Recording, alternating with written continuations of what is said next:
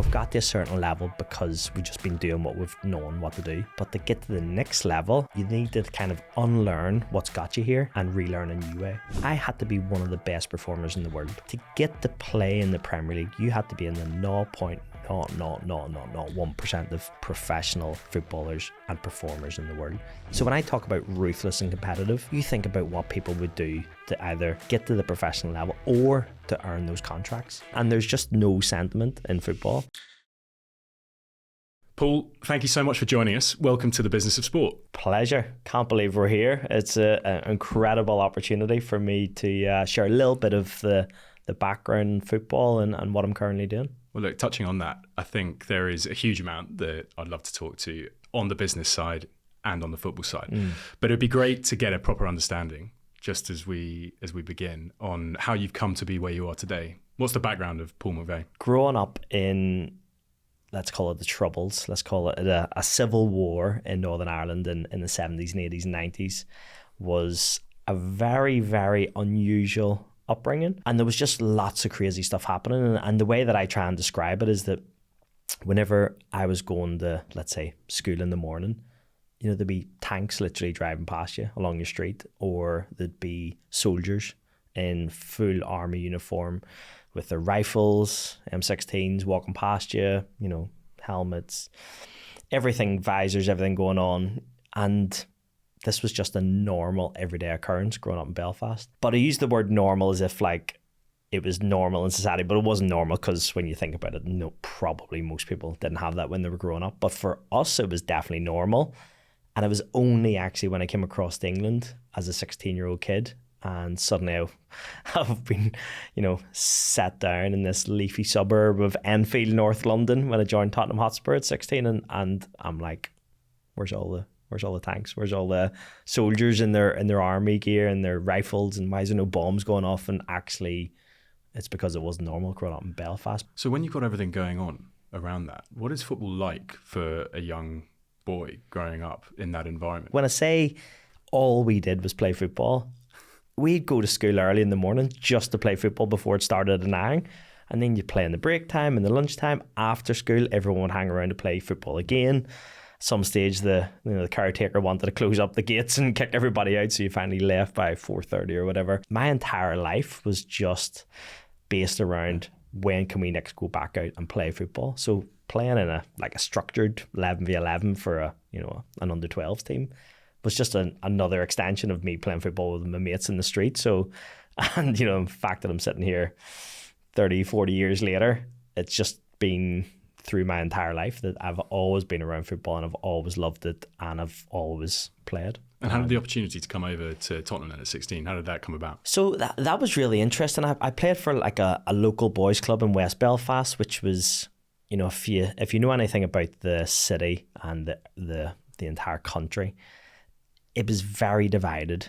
So imagine Berlin before the Berlin Wall came down, where you have kind of East Germany and West Germany, and they kind of never could meet. And so in Belfast, it's really weird. So we were in West Belfast, which was just made up of Irish Catholics. And then in East Belfast, you'd have pretty much what people would consider themselves as being British, not Irish, and they'd be probably Protestants, not Catholics. So, and we did have a physical wall separating us between the east of the city and the west of the city. So that was my world. Growing up in West Belfast, all I ever saw was, white is another thing, white Irish Catholics. And one day my dad came back from work. He used to work at Ford Motor Company, and he came back and he was saying that someone from his work heard that I played football and would I like to go and join a team called Lisburn Youth. And he said, so do you want to play? And my reaction was, okay. I didn't realise, though, that this Lisburn Youth team was what was called a mixed team, which was Catholics and Protestants, which was unheard of in my area, and none of my friends had ever played in a mixed team. And so I went up to training on that first night, and I walked into the change room fully expecting, people with two heads or horns coming out of their head or something to be very different. And I kind of opened the door, walked into the change room, and suddenly all these kids looked at me. Maybe they had heard that this Catholic kid was coming up as well. And I walked in and I sat down and everything was quiet. It was a bit like, walking into a Western, in the bar and the swing doors open, and suddenly I was like, who's this kid? And I just sat down quietly in the corner. And then within about 15 seconds, someone said, "What's your name?" "Paul." "Okay." And then we just got on like a house on fire. And then I've been friends with these guys for the last 30 odd years. And that was just the way it went. And played for them for 5 years, and it was brilliant. But on that first night's training, I went out trained. And the story goes that there was a Liverpool scout there and a Spurs scout. And they were standing on the opposite side of the pitch from my dad. And within a couple of minutes of me playing, both of them made their way around to my dad. But because the Spurs scout was younger, he kind of got round a bit quicker and asked my dad, could I go over and train at Spurs? And the rest is history. And the professional career then that you were able to build from there, 300 odd appearances for some fantastic teams. What was that like for you coming into, I guess, a big club in London, with a very different environment, I'd imagine, for a young man to kind of come into and then adapt to? And how did that work for you? I think the only way to describe it was just an eye-opener. It was a culture shock. It was everything that I hadn't experienced in Belfast growing up. So, for instance, there were only white people in Belfast and pretty much across Northern Ireland. So walking down Tottenham High Street on my first day was like, where are all these cultures, where are all these creeds, nationalities, skin colours, and just, it was so fascinating to see, people from Africa or Turkey or Pakistan, or even just like coming across Orthodox Jews for the first time. It was just so unusual for me, but that was on my first day, and seeing all of this all within a 500 metres on Tottenham High Road. And then, of course, I get to my first day of training, and who had signed to Tottenham Hotspur in 1994 after the USA World Cup winner, Jurgen Klinsmann. And so my first training session was working and training with a World Cup winner. So there was just so much going on, probably too much to try and process, but it was one of those things where you just get swept up in it, and suddenly you're walking in every day to the coaching office, and our manager was another World Cup winner, an Argentinian guy called Ozzy Ardiles. So you're just trying to take all of this in, being around football and royalty whilst training with World Cup winners and being around world-class performers. And I think that was my introduction into probably why I do what I do now, because trying to understand what world-class performance looks like is probably too difficult for most people to imagine. Yeah. It's like, how do you know how far you can push yourself? How do you know what level you need to aspire to? How do you know what dedication it takes to be the best in the world?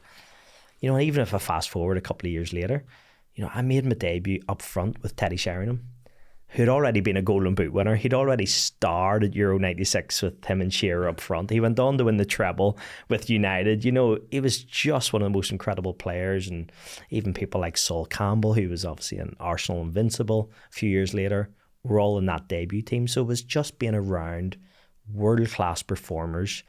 And because I was so fascinated by why people perform to this level, I was always asking them questions, always trying to understand why they did what they did.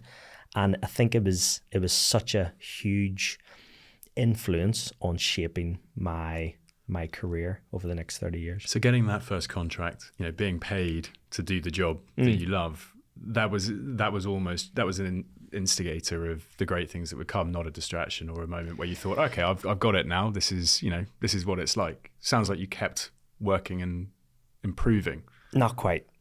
It was probably the opposite. So I was very fortunate. I managed to play a few games for Spurs in that first year of my professional career.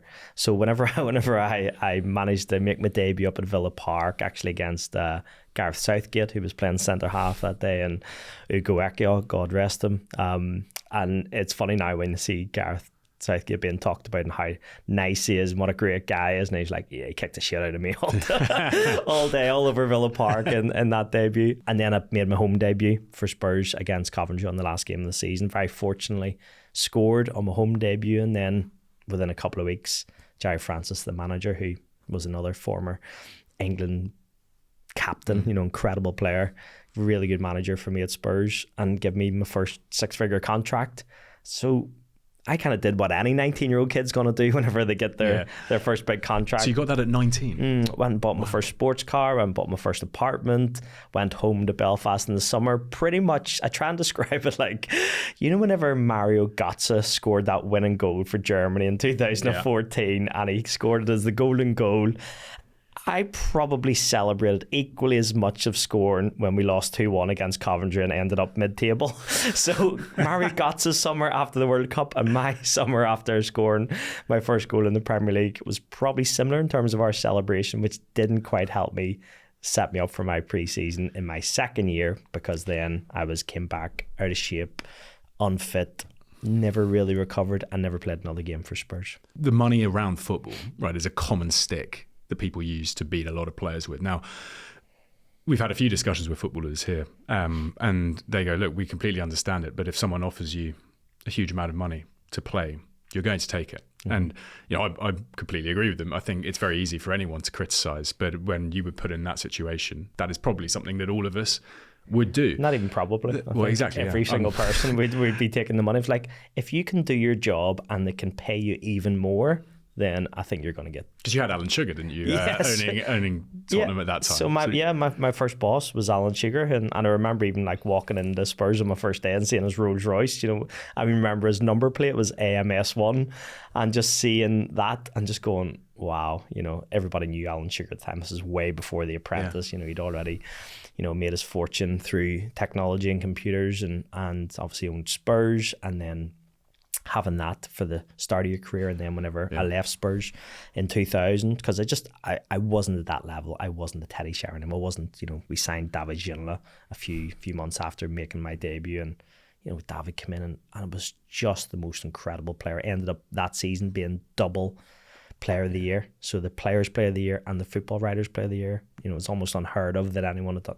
Playing with David, he was just so incredible. So I knew I wasn't at that level. Yeah. So, and again, unless you've seen me or know me, it's kind of hard to tell this over a podcast or even seeing it on the video. But like, I'm only 5'6", and especially standing next to you, it's pretty much, you remind me of Crouchy, playing with Crouchy back at Spurs. And I knew that I had to do something different than all of the other players. So one of the first things I did after I came back that pre-season, I knew it was not fit enough, knew I'd already kind of lost my place in the first team because I was back in the reserves. The first thing I went and did was go and see a sports psychologist, because I thought, technically, you're probably not going to get that much better. Most people kind of stay roughly where they are. Physically, I am what I am. I have strengths and weaknesses of being this size, but I'm not suddenly going to change drastically. And so the one area of growth that I just thought, this is the thing I really need to double down on, is mindset and psychology. I can't imagine many were taking that approach at that time. I don't think anyone was. I don't know of anyone. I don't think anyone was. We just started to have the onset of sports science. So for the entire club at Spurs in 96, we had one sports scientist, and he came from Roehampton University. So I asked Cooley, who was the sports scientist, have you got any people who you could recommend for a sports psychologist? And he said, yeah, we've got a professor, sports psychology at Roehampton. So I used to get on the train on my day off every Wednesday from Enfield in North London, 2 hours all the way down to Roehampton University, had the 1 hour session, and then 2 hours all the way back to my digs in Enfield. And I just thought it was so valuable, because I was learning about mindset and beliefs and goal setting and focus and affirmations and psycholinguistics, all these things that I just had no idea about. And suddenly I was just opening my mind and my, I suppose, my training to things like visualization that I'd never come across, and things like even just doing stuff like yoga. I was doing yoga from 1996, 97. Very advanced of you. And no one else really was doing it. So that's another story about when I first brought my yoga mat into the changing room. That's Mr. Motivator. That's a whole other story. But it was the fact that all it gave me was an open-mindedness to try and embrace. And I remember even working with another sports psychologist, probably one of the most fascinating guys I'd ever come across, a guy called Keith Minchy. I ended up working with the England team and Gareth Southgate, etc. But he just came out with one of the best lines I'd ever heard, and just has stuck with me ever since. And it's, the kind of the best performers know how to learn, unlearn, and relearn. And I was just fascinated by this. And I didn't really understand it at the start. But it was like, you know, we've got to a certain level because we've just been doing what we've known what to do or known how to get to this level. But to get to the next level, and this is probably where it starts crossing over into the business world, you know, you need to kind of unlearn what's got you here and relearn a new way. So for instance, if this was in a business context, you might say, whatever the strategy is to get you from 0 to 1 million, great, and you've suddenly got that 7 figures. But then take you from 1 million to 10 million is a very different strategy, very different set of resources, number of people. And then from 10 million to 100 million to that 9 figure, you know, that's going to be very different again. Yeah. So it's all this learn, unlearn, relearn, and we're constantly doing that. So in the context of football, you know, you described as well, you know, achieving and then having a challenge. It's almost like you get the contract out of the academy, fantastic, but then you've got to take it into a whole new level of competition, which is playing with world-class players in a top club and becoming as competitive and capable as them.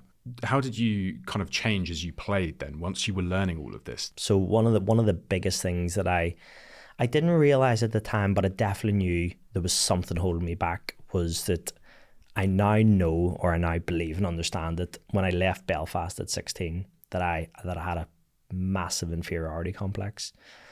Now, I don't know why that's the case. That's a whole other conversation. Could be because Irish people have always had a stereotype, you know, maybe not very smart. Maybe lots of people from Ireland have worked on the roads over the years and you know, and that's maybe not been synonymous with being particularly bright in any way. Whether it was because I had an Irish accent and suddenly I'm around all these Cockneys and what I considered like flash and confident Londoners might be another reason. Or maybe it's just coming to London and going, I'm such a, you know, I'm out of my depth so much here. But either way, I know I had an inferiority complex. And I remember my friend, actually a friend of a friend, a guy called Tim, gave me this book in November 95. So I was only 17. And this book was by a guy called Tony Robbins. So he's now known as literally one of the most incredible, you know, he's a self-made billionaire, almost like a personal development guru. So, but nearly 30 years ago, he was just a guy in America who was doing these seminars and writing books and CDs and all this other stuff. But Tim gave me this book and he said, I really think you should read this. I think it's be very helpful for you. It's called Awaken the Giant Within. And I just started reading. That's even that bad self. Why would a 17-year-old kid read this big 500-page book on personal development? There's so many other scenarios and permutations that could have happened here. I could have said, no thanks, I don't want the book. That's one option. The second option is going, brilliant, thanks Tim, being polite, take the book, throw it in the corner, never read it. Or I could have started reading it and going, this is really good, and then set it down with, doesn't go anywhere.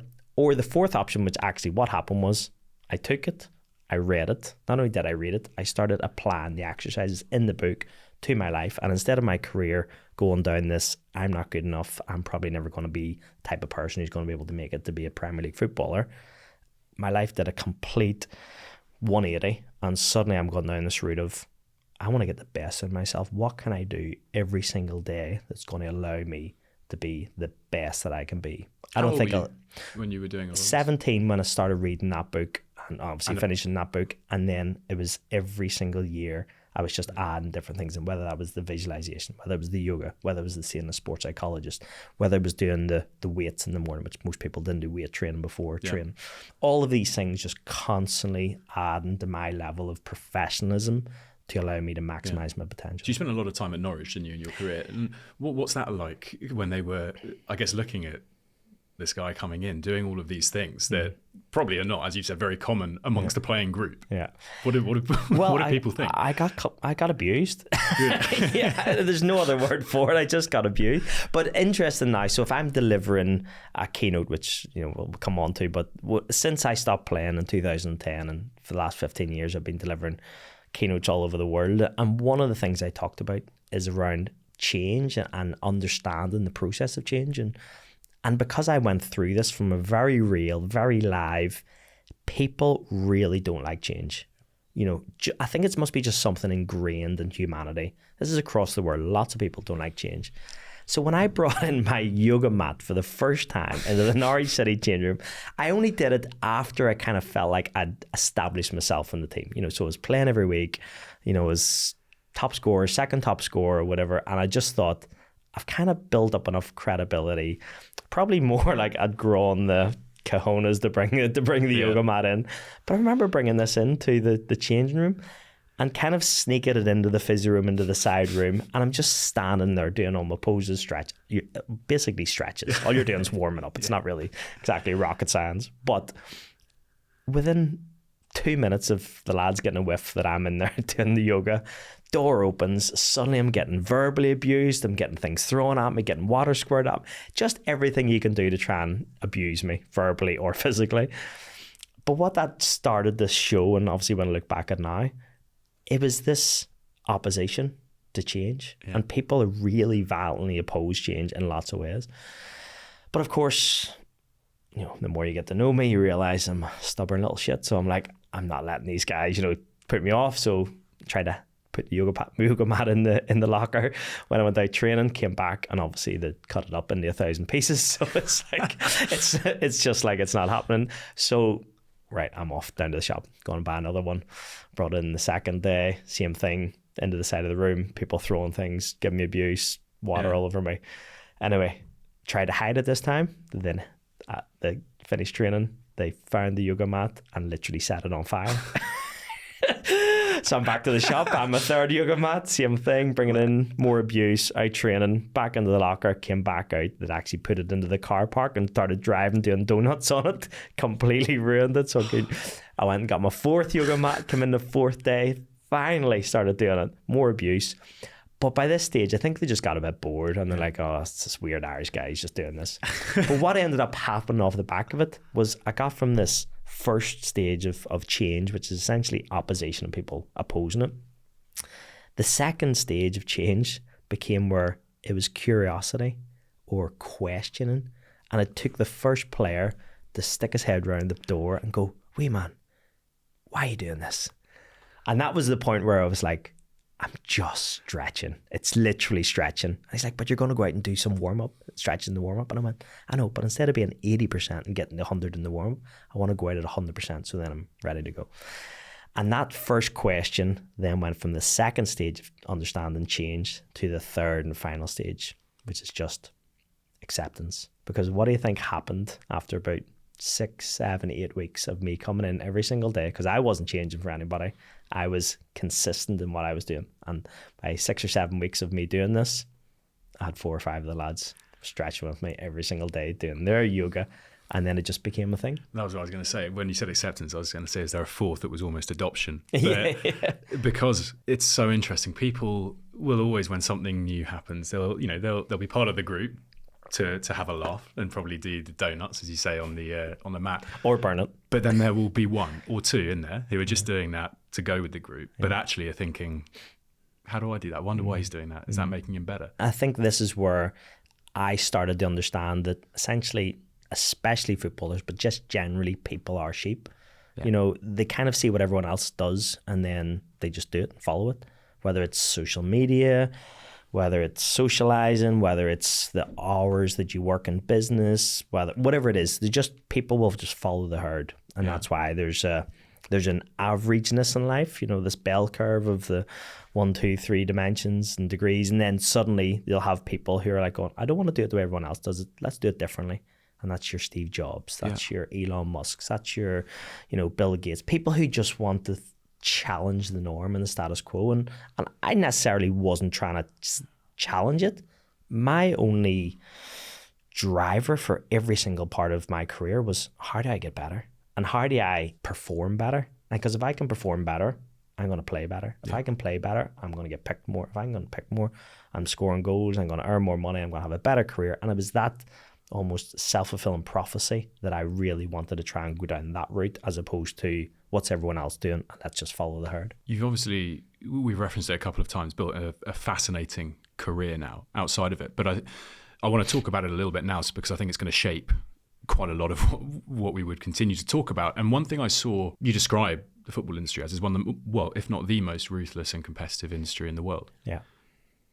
Can you just talk about that statement? Why is that industry like that? And therefore, how has that shaped what you've been able to do? I try and give some sort of context whenever I'm being introduced in front of a corporate audience. So if you're in front of, you know, an executive committee, a board, a senior leadership team, you want to try and give some understanding of what you've done in your career so that whenever you're in front of these people, they will A, give you some degree of respect and credibility, but then B, be open to listening to what you have to say and what you can share from your insights and experiences. And when I think about it now, without, whether it's modest, whether it's brash, confident, arrogant, whatever it is, but I had to be one of the best performers in the world.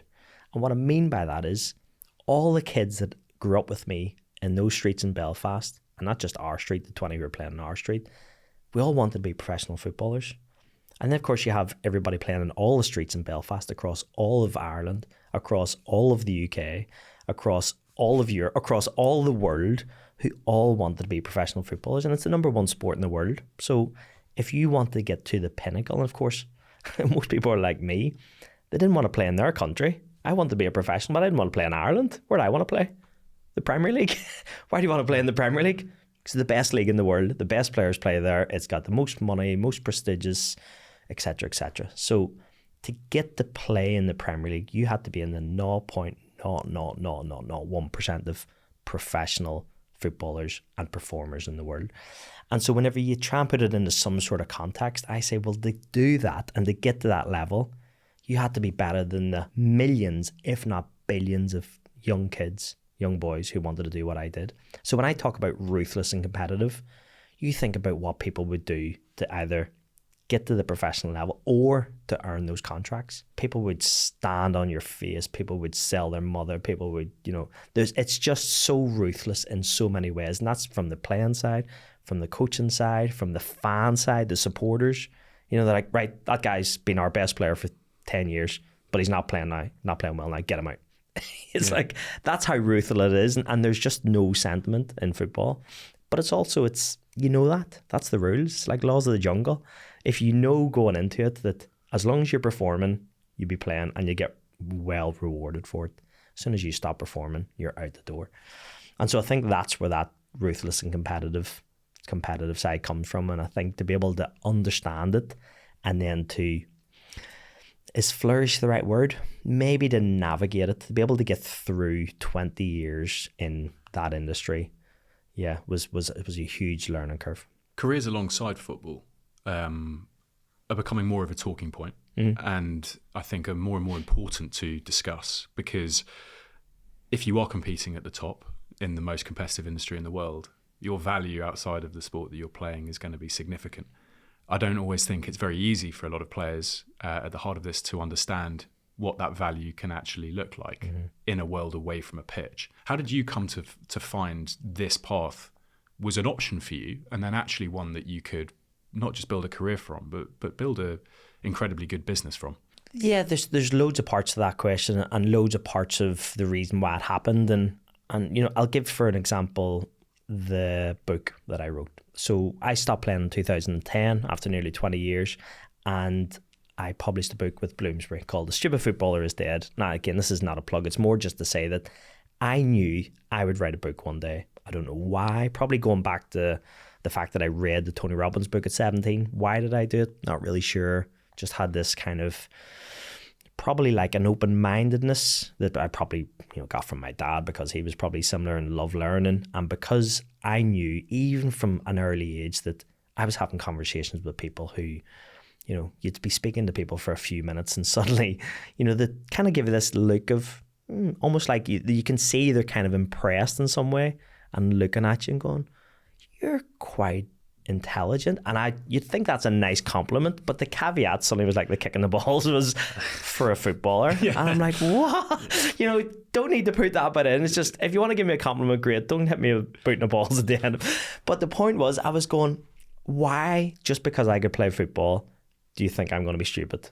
Like, what was I don't see the correlation in that. So I knew from being 21, 22, I wanted to write a book called The Stupid Footballer is Dead.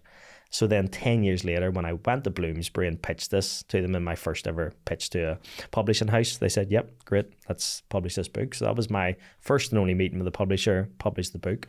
So I knew I was going to publish this book because I also knew from an early age, maybe 23, 24, when I started my first business degree, that I was going to run my own company.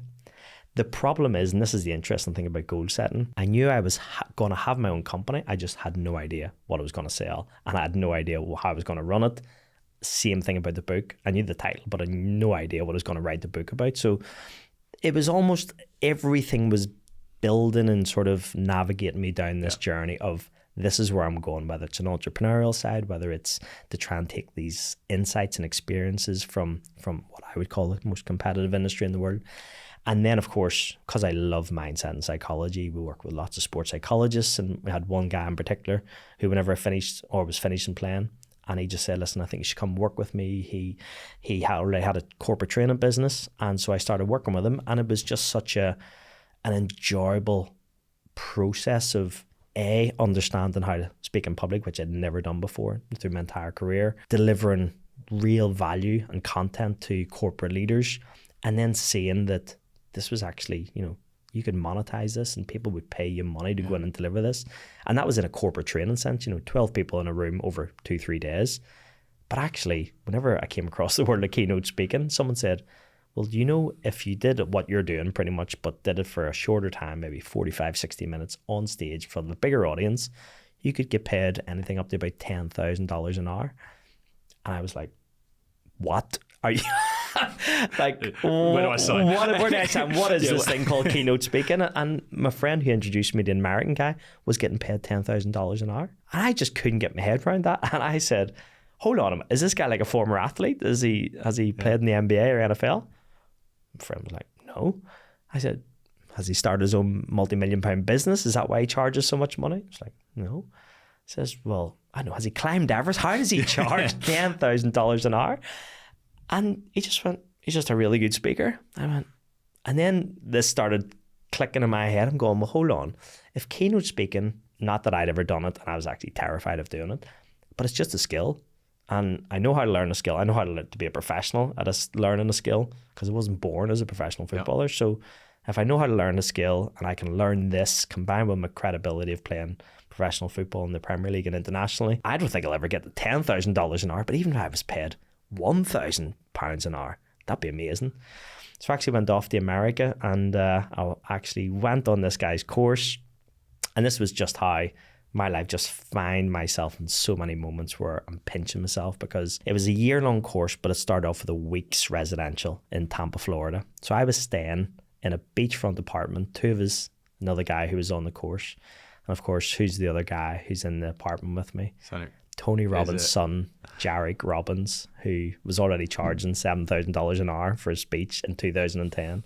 I don't even know what he charges now. I think it's like 6 figures. But it's incredible that I was suddenly in the room having read his dad's book 15 years ago. And so this whole kind of circle of life and how it all came together. And of course, I went on the course, learned what I needed to do from it, came back. I remember doing like an interview with a local paper in Norwich where I was living at the time. And of course, Aviva were the biggest company in Norwich, the old Norwich Union. Someone from Aviva had seen and said, oh, Paul, you want a keynote speaker? We're having a conference in a couple of weeks. Can you come in and speak at our event? And it literally went from I'd never spoken in public before to I had to give a fee for what I was going to charge to speak at this conference, and I didn't have a fee. What did you do? And I don't know if the guy's listening now, but essentially I was like, what I do I charge, 10,000. What my mentor in America is charging, speaking to my dad. How much do you think I should charge, Dad? And he's like, well, 750. And I'm like, no, that seems so too cheap. So I tried to go somewhere in the middle and try to say it was like 5,000. And then my bottle completely dropped. And I remember typing out the email going, I'd love to be involved in your event. Thanks for getting me as the speaker. And then I was like, I would normally charge 5,000. But on this occasion, I'll do it for 3,000. And I remember, just so worried and fearful about the send the seat. Just thinking they're going to laugh me out of town. I'm like, no one charges. What are you? Don't be so stupid. Hit the email. And that was my first ever gig at getting paid £3,000 for to go and do my first keynote. Now, the fact that, I've managed to get paid the 10,000 that my mentors get paid, is now just, it's such an amazing, for me, it's literally the proudest thing I've ever done in my career. Yeah. Because as a young footballer, going back to the event that happened on that first night's training, the Spurs scout and the Liverpool scout, clearly, and I didn't realise at this time, clearly I had something as a player. I'd go in and I'd be one of the best players in the team which is why people wanted me to sign for different clubs. But as a keynote speaker, I'd never spoken in public. I'd never been paid a penny to speak in public.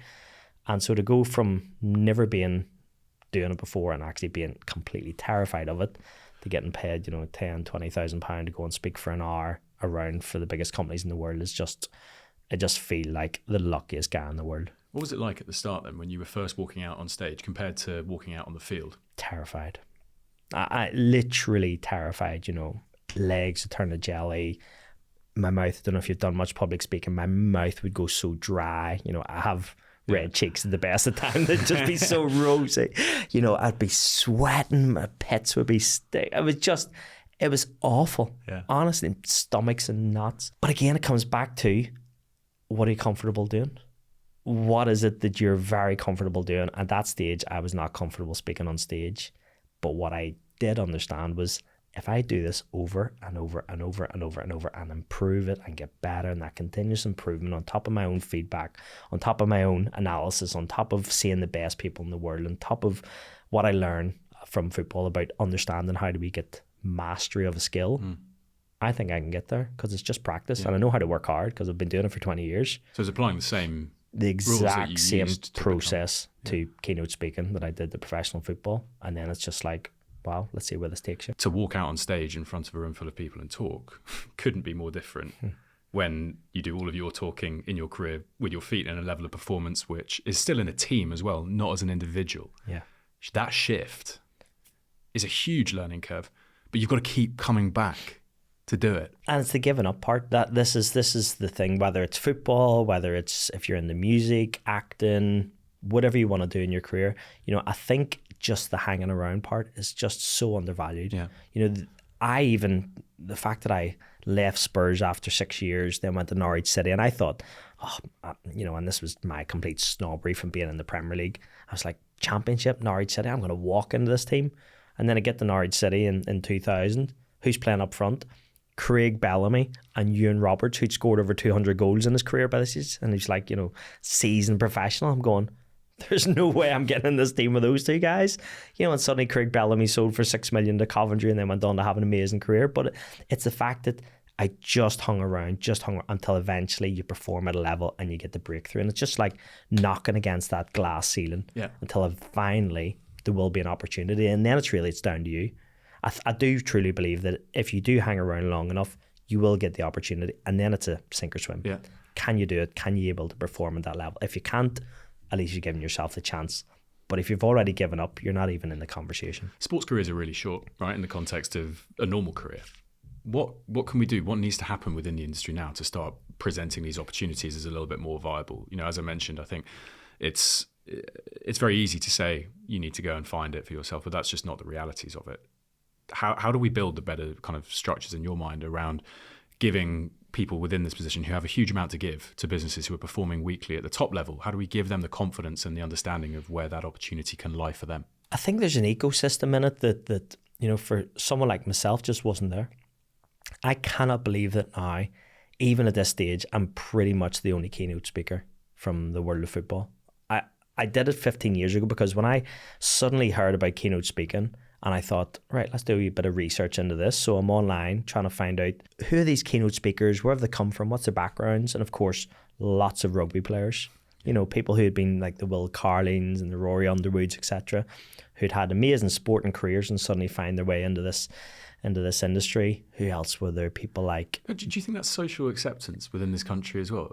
And I've got to bring it back to the education piece and, you know, football versus education. It was definitely a socioeconomic thing. And this is where, coming from a working class West Belfast, I didn't even understand anything about public speaking.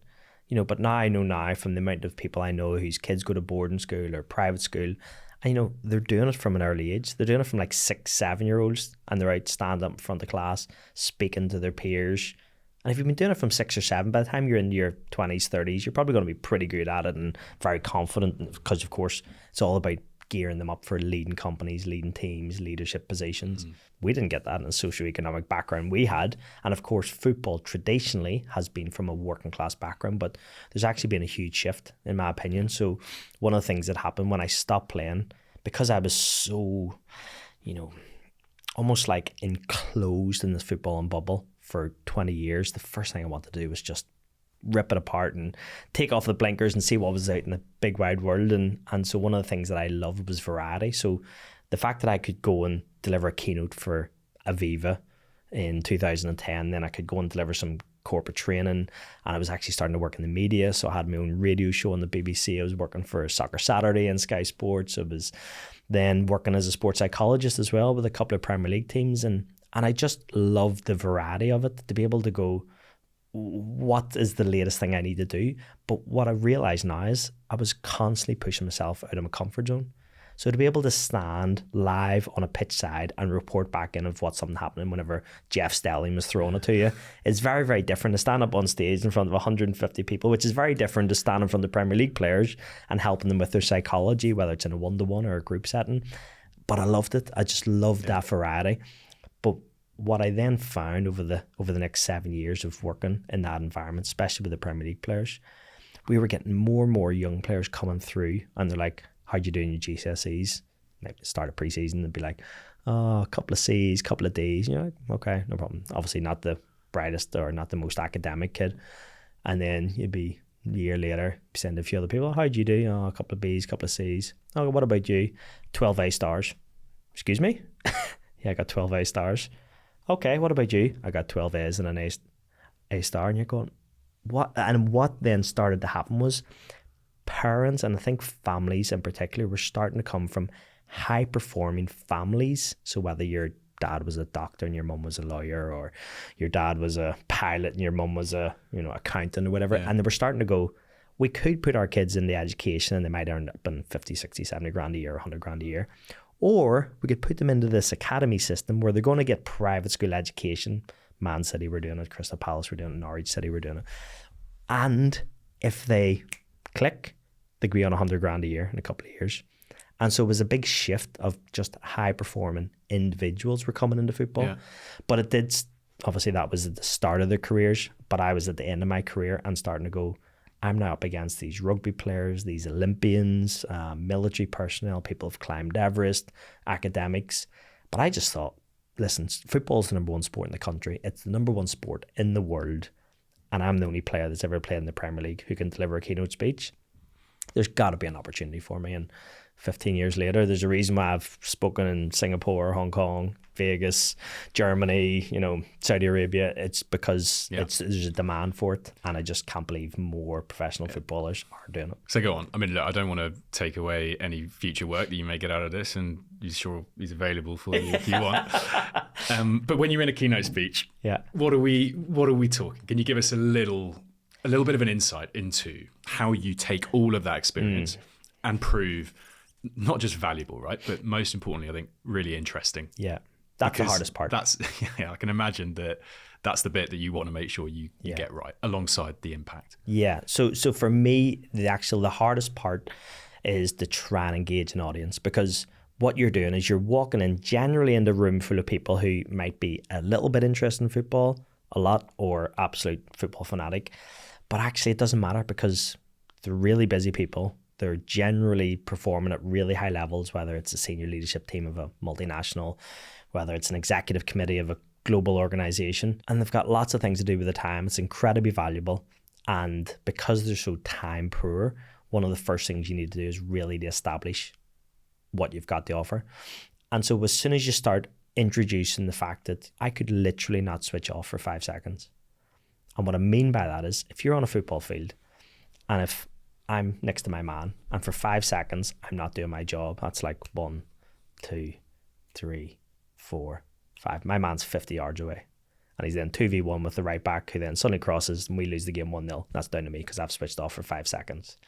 In the corporate world, it's not quite the same, because you can walk in and you can mess around, you can go to the toilet, you can take a coffee and all the rest of the stuff. But that's not the world I was in. I was a high performance in a high performance environment, and I needed to be on it because everyone else was on, and because if I didn't do it, someone else is going to take my position.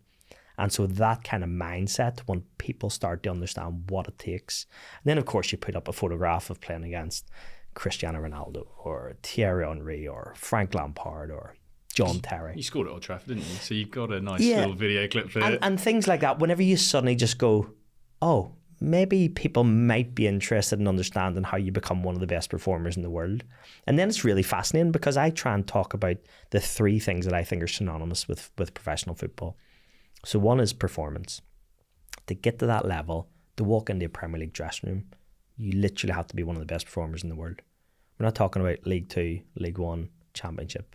We're talking about the best players in the world. So that's all about performance. But of course, once you've started to play for 100 games, 200 games, 300 games, you then become one of the leaders in the team. So then it's about leadership. But of course, being in a team for 20 years, it's all about the teamwork. So those three areas, performance, leadership, and teamwork, are just synonymous with the business world. But of course, they're also huge, huge areas in and of themselves. So if I want to talk about performance, you could say, well, there's a nutritional side, there's a recovery side, there's a technical side, there's a physical, all of the stuff that's clearly really important for performance. Now, my niche and my angle on that is, well, yes, performance is the subject, but actually specifically, I'm talking about the psychology of performers. Because the reason why I went and studied my master's in psychology is so I have this USP of being the only Premier League player in the world that's ever got a master's in psychology. So yes, performance is what I want to talk about, but specifically, what is the mindset of an elite performer? Same with leadership. You know, you're talking about communication styles of leaders, managing up, managing down, but what's the mindset of a leader need to be? Who's the one that's, you know, thinking outside the box? Who's the one challenging the change in the status quo? Same as teamwork. You know, what's the psychology of teams and the best performing teams in the world? Whether it's the All Blacks, whether it's Kansas City Chiefs, or, you know, New York or the New England Patriots with Tom Brady. What is that psychology of a world-class team? And then, of course, what you then understand is there's so much research on this. There's so much academic theory and rigor and facets and tenets of performance and all the stuff you're trying to understand. But it's so huge. You know, this just like encyclopedia of research that people have done, whether it's on table tennis players, whether it's people losing weight. It doesn't really matter what it is. It just comes back to how do people understand what's going on in the minds of individuals. And I think that's why I love it, because it's so complex and so complicated. But I suppose on the opposite side of that, it's also incredibly simple. There's just so many simple individual things that if people would just worked on this one thing, their life would be exponentially better.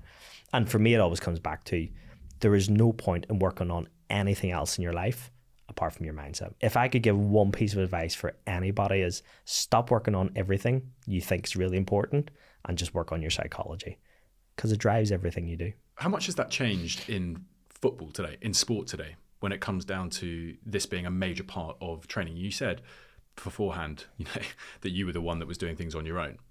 Is this built into clubs now, where players get this kind of exposure and support while they're still competing? There's a reason why I'm not working in professional football. And whenever I stopped in 2017, I just felt like it was still the least important thing on a club's priority list. I just thought that the work that I was doing, what I had to offer, not just me, anybody who works in this field across all of the different levels of football, I still felt like it was the first thing to get bumped in a training day.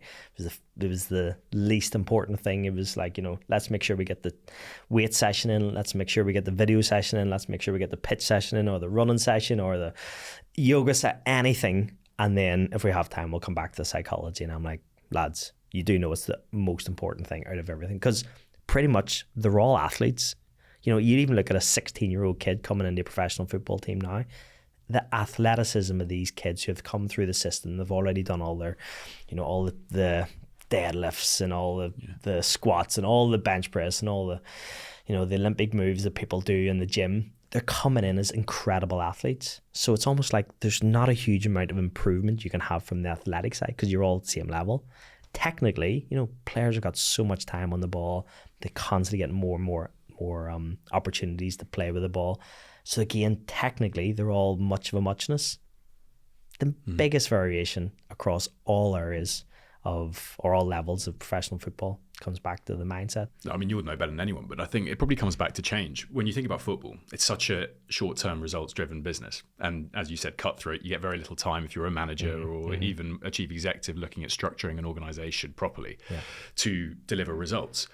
Your easiest way to do that is to improve performance on the pitch. The closest link to performance on the pitch is out on the training field and probably in the gym. Yeah. What and you're output. talking about, and output, and that what we're really talking about here, probably I'm assuming is it's more of a longer term investment. It's building, of course, the right mentalities to then succeed, make more money because you're performing better for the team and you're winning more, and but all of this is a complete shift in the short-termist mindset that football still lives in. So let me give you an example. You talk about what do I do whenever I'm speaking in front of an audience, and one of the things that sometimes I'll bring into a conversation or into a session is I'll put up a photograph of Ronaldo for loads of reasons of playing against him. One is because I had these blonde highlights, which I remember those. Absolutely horrendous, but also they were quite fashionable back in the day. That was a panini stick, wasn't it? It was... The second thing is because it's Ronaldo, and he's obviously gone from when I played against him when he was, an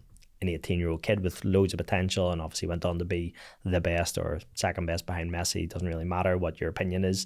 But my question always is, how does this kid who, when he first arrived at United, was a bit like a show pony and always, trying every fancy tricks and all the stuff that didn't work, and then suddenly something clicked and he just went bang, just got to get better and better and better until by 2007 he was pretty much the best player in the Premier League, scoring 50 goals or whatever he scored that year. Then the next year they won the Champions League, then he went to Real and he's won 5 Champions Leagues, and incredible guy. But my question is, how's he done it?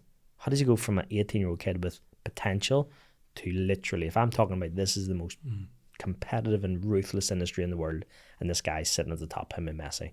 And every single time I ask this question, no matter whether I do it in America, the Middle East, Asia, wherever I'm asking this, people come out with the same answers every time.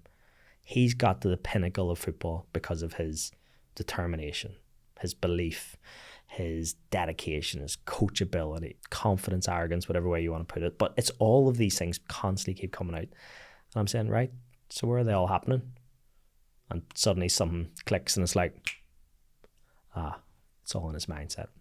And I'm like, but this guy's one of the best athletes that's ever walked the planet. He scored, I think, more goals than anyone's ever scored in the history of the world of football. He is just one of the most talented players ever. And yet nobody mentions any of those things. Don't mention athleticism. Yeah. Don't mention goals. Don't mention talent. The only thing people ever mention is all the stuff that's happened in his head. All of these things all come back to, how do you measure resilience? How do you measure dedication? How do you measure trust in your teammates? How do you measure motivation? How do you measure whatever it is, all of the intangibles? Obviously, loads of people have tried to do it. Loads of people have created psychometrics. They've tried to create measurement tools, but ultimately it's incredibly difficult to measure what's going on in an individual's head. So talk to me about the formulation of a proper business for you then around this, and the creation of something that is more than just yourself being able to go out as the keynote speaker, because this is something that you've highlighted is so valuable, hugely underrepresented. And I'm sure you wouldn't mind a few people being able to come and help you out. But first, what type of clients really recognize this, the value that you bring and are able to bring to their leadership team, that don't have a snobbery around the sport that you've come from, and how can this guy, you're clever for a footballer. Who's recognizing? It always seems to be multinationals is the first thing. So again, I don't know whether that's because football seems to resonate across the world. So that's a good starting point, that whenever you're working with the multinationals, and I don't know why it always seems to be around the kind of financial services industries as well. If I'm going in to deliver sessions for whether it's KPMG, whether it's Swiss Re Insurance, whether it's PwC or Grant Thornton, whoever it is, whatever the company happens to be, helping them understand what you bring to the table as a starting point is almost like it opens the door and opens the conversation. But of course, I have a skill set. I have a certain amount of knowledge that I've built up over the years. But what I really quickly realized is that it's actually very one-dimensional. And if it's just about me, that's not really a long-term business. So one of the things that we did was to try and bring together what we would consider and what I call a world-class roster of performers and experts.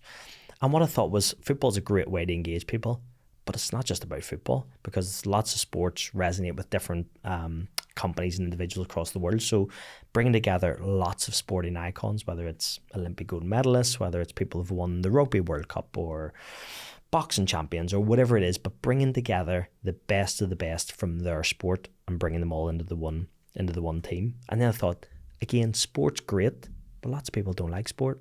And let's say people who are in the business community who don't necessarily, sport's not going to resonate with them, but people who have been there, seen and done it in their world, in the corporate world, really will resonate. So I went and got lots of business leaders, global CEOs, people who've been at the top of the, some of the biggest companies in the world. And then I thought, well, actually, what we do, it's not a life and death. It's not like kicking a ball around on a field. It's not life and death. What about people who've been in military backgrounds, people who've been there and it is life and death? Learning from that industry, bringing them into the fold. Academics, people who are studying this stuff on the cutting edge of the latest research, bring them into the fold. What about people who've just done amazing things like climbed Everest or rode the Atlantic or cycled around the world? Let's bring them all together. So now our leadership program consists of this world-class roster of some of the most incredible performers and experts in their field. And then whenever we're able to bring them together and deliver these long-term programs, it's actually all about how do we embed the initial session that we've started with and go, right, okay, how does this apply to you? And of course, bringing in a different way of thinking from the way that people normally go in and do the job. One of the things that I think we bring the most value is bringing that outside world into the organization. And I remember doing a session with GlaxoSmithKline, and that was their entire theme of their conference, was all around bringing the outside in. Because if you think, how do you truly understand what world-class performance is? And my question always is to every single senior leader I'm talking to is, if you've never been around world-class performers, how can you truly understand what world-class performance is? And I think because we have the ability to bring in an Olympic champion, to bring in a US Navy SEAL, to bring in someone who's climbed all of the 14 highest peaks in the world, who's a 22-year-old girl, you're just like, this group of people are so incredible at what they, but they're all very different. And this is where my background in football has to almost set aside that, yes, we have a way of performing at a high level, but it's not the only way. And let's bring them all together. And I think there's not actually one way of getting to the very top of your industry. But I think learning from people who've been at the top of their industry is a unique offering. And I think that's why we're competing now against the McKinseys, the Boston Consulting Groups, the EYs, the Bain partners of this world, because ultimately we're delivering leadership programs to the biggest organizations at their senior levels, normally exact level, exact -1 sometimes, but it's what people want and we're supplying it for them. What's with these new businesses then? What do you need? How are you planning to do it? Because it's going to take time probably away from you being able to go out and do more of these speeches. Yeah. What's your next step to actually create now this bigger structure? Yeah. So the bottleneck was definitely when it was relying on me. So because we now have 3 businesses, it's then going, okay, once we get the resources to be able to bring in people to start looking after the business. So for instance, last month I just did a gig with Microsoft. And of course, when you're doing the debrief call a couple of days later to sit down, and inevitably it comes up, okay, this was a one-off session. What else can you do, Paul? And I'm like, well, we deliver these leadership programs. Normally they're anything between 9 and 12 months. Normally it's anything between kind of, 100 to 300,000 pounds to deliver this, because you're talking about lots of moving parts. You're talking about 200 coaching hours. You're talking about bringing in the biggest world-class performers in the world. You're talking about facilitators. You're talking about working with a senior level of organization. So to be able to bring in people to help us run the program, and then also to be able to understand that this is something we offer, because the visibility to be able to put this out into the ether, and for people to know who you are, it takes a lot of money, a lot of effort, and then there's just so many moving parts to it. So I think what's happened is I'm now becoming almost like the go-to person, especially in the world of football, where people are going, Paul, listen, we've either had you in speaking before, but would really love like the best of the best from football. How do we bring in a World Cup winner? How do we bring in a multiple Champions League winner? How can we bring in people at that level? And because it's never really happened, it's almost like a whole new industry for me to go, well, let me go and do it. I've got 30 years of being in professional football. I've got 15 years of working with the biggest organizations in the world, and people are already coming to me, and we don't even have a website. We don't even have a marketing posters going out, and to be able to turn over nearly £500,000 in revenue without even trying, it just shows to me that there's a serious business there just ready and waiting to happen, or 2 serious businesses there ready and waiting to happen. And do you think, we mentioned off camera earlier, the importance of access and trust. Do you think being able to bring what you've brought yourself now to the table when you go out and try and find the World Cup winner or the Champions League winner gives them the confidence that actually, being a part of this with you is something that they feel safe and secure in? I think that's what it is because, for instance, we've been working with Grant Thornton. This is one. Lots of companies are also at the point where they don't want this to go out into the public. So this is another challenge I'll have. So, for instance, I was working with a company from the Middle East, and they flew me to Oman in December to go and speak for their senior leadership team over there. And then in January, whenever I came back into the office after the Christmas break, they texted me and said, "Oh, would love for you to bring in a Premier League winner, a guy who's also gone on to become a manager, because we've got one of our board members coming to London. Can you do it?" So the fact that we had this opportunity to bring in one of the best players in the world into one of the biggest companies in the world, and literally it's because they trust us and because they've seen me deliver. But then someone like a Grant, who also then said, "You're not allowed to put this in social media, and allowed to promote this in any way." I'm like, that's fine, because it's all about the relationships that we're building.